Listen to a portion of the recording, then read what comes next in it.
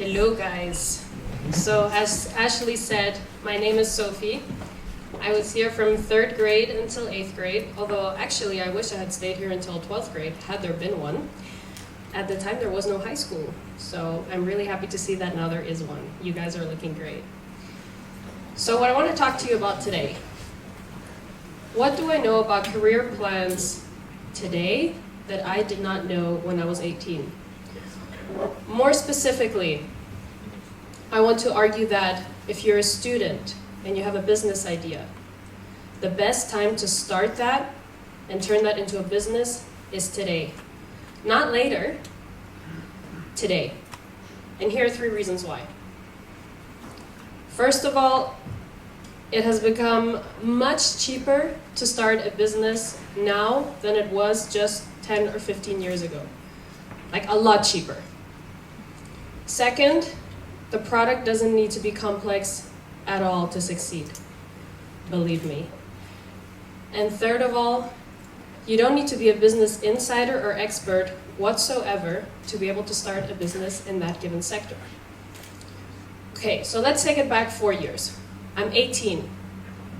I'm actually at Zug International School. I just graduated and I go to Warwick Business School, the university of my dreams that I worked so hard to get into after doing my international baccalaureate, which I'm sure a lot of you here are doing.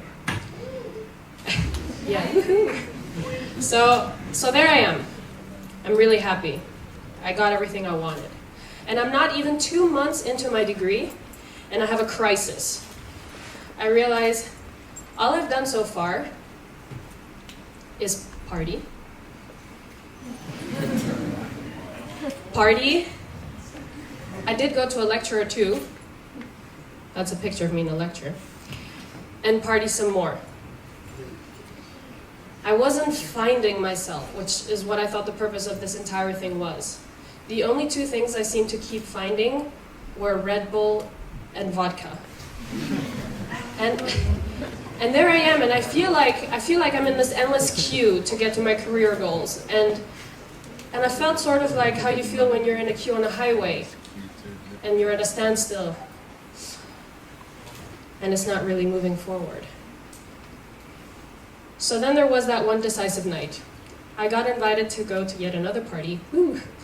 So I'm all excited to go to this party. It's got a theme, bad taste. And in preparation for that, I had ordered my outfit on eBay. So I had these Elvis Presley style pants. They were flared and they were silver with sparkles. And then I ordered myself a tie-dye top, which very much matched or didn't match my pants. And I decided to put on this horrendous makeup over the top. I looked like a Cheerio and had pink lips and giant fake eyelashes. And I was like, okay, this is perfect. I look terrible. Let's go. I'm about to walk out the door and I realized, well, I didn't do anything with my hair. That's kind of a shame. And that's when I see it. On my dorm room wall, I have an emergency telephone. Just an emergency telephone. Now, I've seen this every day. I live in this dorm room. But this time I see it differently. I see there's a telephone cord hanging from it. And I think, well, kind of running out of time here, but if I took that telephone cord and unplugged it and wrapped it around itself, then it kind of looks like a hair tie, doesn't it? So I take it, I do exactly that. I wrap it around my hair 6 or 7 times, and it holds. And I've got this giant red telephone cord that's sitting about that far off of the side of my head, holding my hair in a sideways ponytail, and I'm like, okay, now I definitely look bad taste. Let's go. So I go to the party. I'm not gonna lie, I don't remember so much what happened after that. But I do remember what happened the morning after.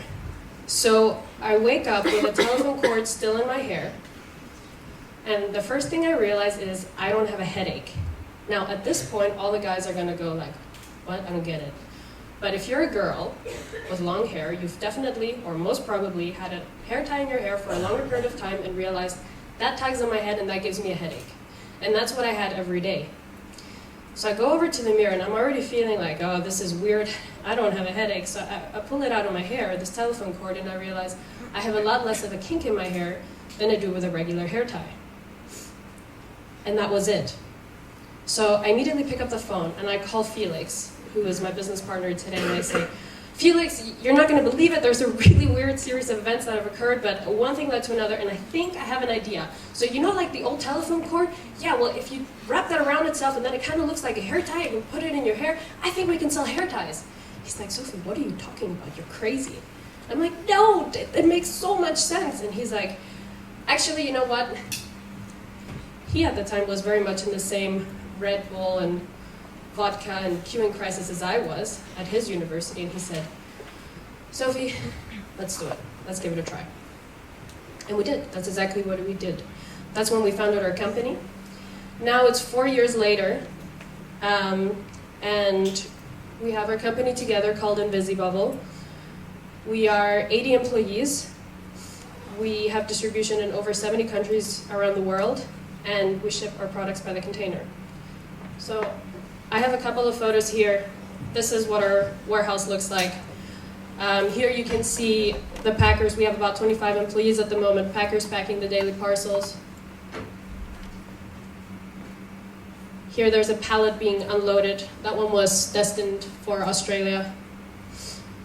This is the warehouse on the law from the top. We've got about 230 tons worth of stock in there at the moment. So yeah, I think a lot of us, or at least I had, flirted with the idea of starting their own business at some point. So let's lay out a scenario. You're in high school. You're chilling by the couches outside in your lunch break, chilling around with your friends like a lazy group of sea lions. You're talking about music and funny YouTube cat videos and whatever you talk about nowadays. And then suddenly one of you mentions a crazy idea. And then the other one says, hey, you know what? We should start a business together. And then you start thinking about that, how that idea goes from an idea to a product, and then from a product to a company, and then you sell that thing worldwide, and it's so much fun, and you're making so much money. And then you go back to sipping on your Cokes, and the entire thing is forgotten. The whole thing just takes like 2 or 3 minutes. The question is, why are these ideas never realized? Why do you not take them seriously? Why? I can tell you why I never did. Because it was my mindset. It was the way I imagined my life would, and more importantly, should progress. And it included 4 steps. The first step, get a bachelor's degree. That I actually did do. So the purpose of getting a bachelor's degree is figuring out what your strengths are, what you're interested in, finding yourself. Then you go on to step 2, master's degree. There you further your knowledge about those markets that you're interested in, and you become a more rounded character. And that's when you eventually land that epic job at a consultancy or investment bank, Credit Suisse, UBS, whatever you want, multinational, renowned company. And you work really hard for many years and you get all of that experience under your belt. And then you realize, now it's finally step 4. This is it. I have all of the expertise, I have all of the experience, I have all of the knowledge, and I most probably have the financial backing as well to finally start that business with that idea that I got when I was sitting in high school on those couches. Now, there's nothing wrong with that plan. It's been proven, it works, it's sound, it's relatively risk-free. But what if I told you that there is a dramatic shortcut to this plan? So this is what I know today that I didn't know when I was 18 years old.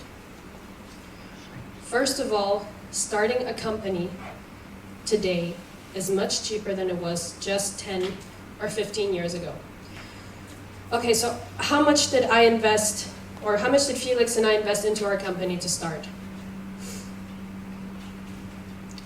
$400,000. Just kidding. It wasn't $400,000. $40,000. No, I'm still kidding. $4,000.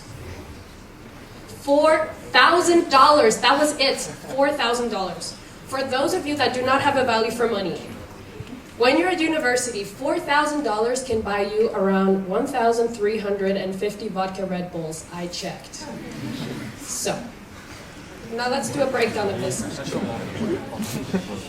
Where did the $4,000 go? So the first thing we had to do was, when we had our idea, find a producer. Who's going to produce this for us? Finding a producer was for free.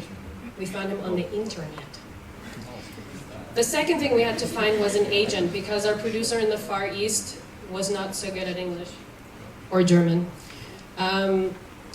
We found her also on the internet, and we Skyped with her, which was also for free. So far so good, everything for free. And I'm not going to put in the cost of the internet because that was complimentary, because I was studying at university.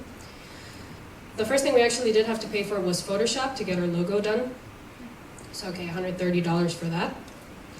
Then mine and Felix's time investment. I would say free, possibly saving money by not spending that money on something else instead, such as vodka bowls or whatever else. Then, of course, we had to set up our online store, and that was for free too, because of this lovely website called Shopify. They allow you to sell your products online for a period of 6 months, absolutely for free as a trial period. And then lastly, what it cost us to buy the first round of stock, which was just shy of $4,000. And that was it. And there we had a company, and there we had stock in a very small warehouse, which was my basement at the time. And that's how it started.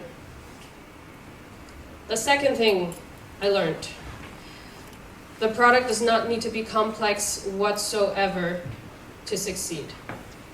Believe me. So if you take a spectrum and you put nuclear reactors on this side and you put the stone axe on this side, I think the invisibobble, which is our product, comes pretty close to the stone axe. Now, simplicity in a product is a beautiful thing, because you either roll out fast or you fail cheap. It also means that if you can think about it, if you have that idea, probably so did or so will someone else. So as soon as you get that idea, you need to turn that over straight away, because otherwise, someone else will have done it for you.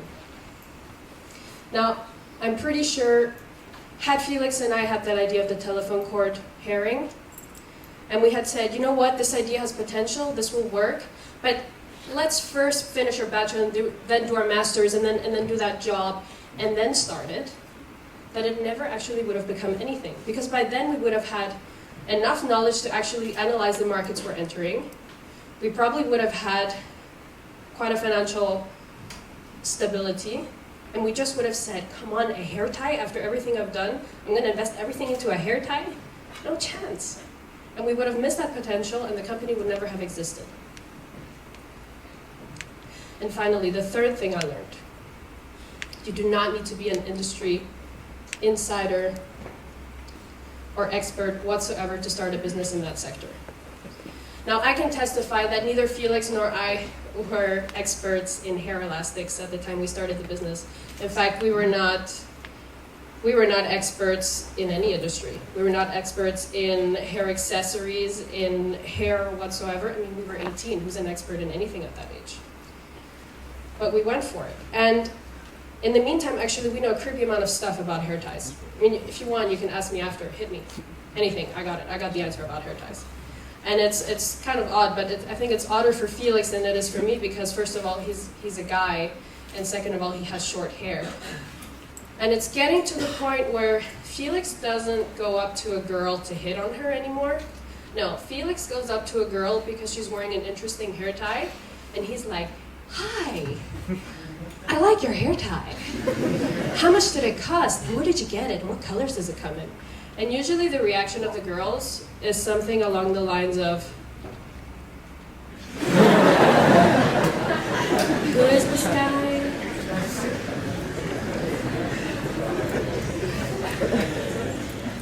Anyway,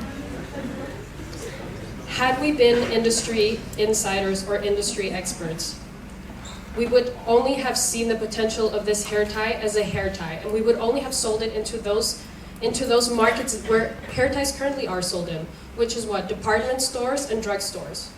What Felix and I managed to do is brand the invisibobble as a lifestyle product. That's what it is. It's a brand. It's a lifestyle product. And as a result of that, we managed to sell the invisibobble into not only drugstores, not only department stores, we sell into retail. We sell into fashion outlets. We sell into pharmacies, hair salons, the entire professional hair care industry. We sell into airlines. We sell on cruise ships. I mean, the next time that you go to the Mediterranean with your family and you're on a cruise ship, go ask for invisibobbles. They have them there. And what that allowed us to do was really to have a period of exclusivity, because we carved out a niche market there. We developed a branded hair tie. And for about a year, we were selling in these outlets, and we were the only ones.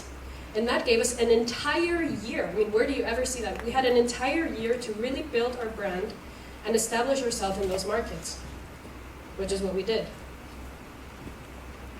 Now, at this point, I wish to repeat myself. There is nothing wrong with choosing the traditional career path. Nothing. In fact, it's a great one, in so many ways. However, if it is your dream to, at some point, start your own company, and you want to work towards that company every day, consider taking the shortcut. Consider speeding on that curb on the highway. Consider starting your business before you have family obligations, before you have a CV to squander, and before you probably have a mortgage on your house. What is the worst thing that can happen? Let's play this out. What's the worst thing that can happen? You're a student, you start a company, and it fails. You lost the equivalent of around 1,350 vodka Red Bulls. That's it. And I can guarantee you, you definitely learned a lot along the way. There's no way you didn't learn a lot along the way.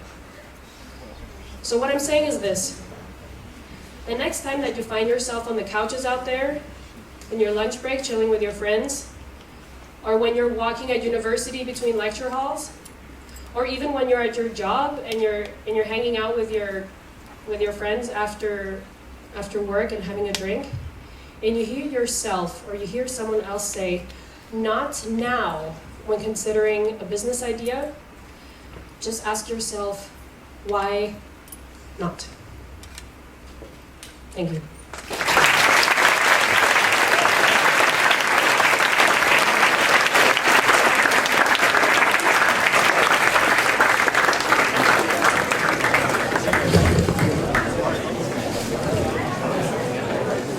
Thank you very much, Sophie.